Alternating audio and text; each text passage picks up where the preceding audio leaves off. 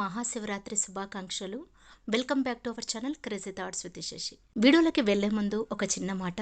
11 రోజుల తర్వాత నేను ఈ లాంగ్ వీడియో అప్లోడ్ చేస్తున్నాను.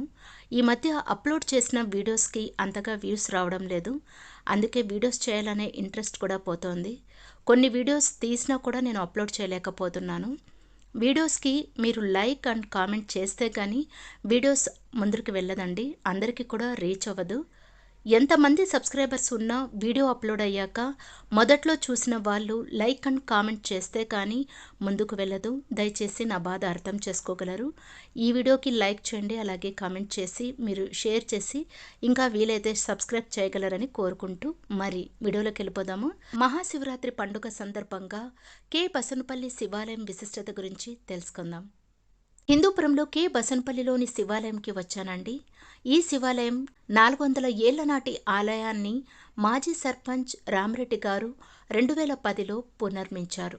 ఆలయ ప్రాంగణంలో 2012లో 21 అడుగుల శివుడి విగ్రహం ఏర్పాటు చేయడంతో భక్తులను విశేషంగా ఆకట్టుకుంటోంది. ఇక్కడ భక్తాదులు అనేక చిన్న శివలింగాలను ప్రతిష్ఠించారు.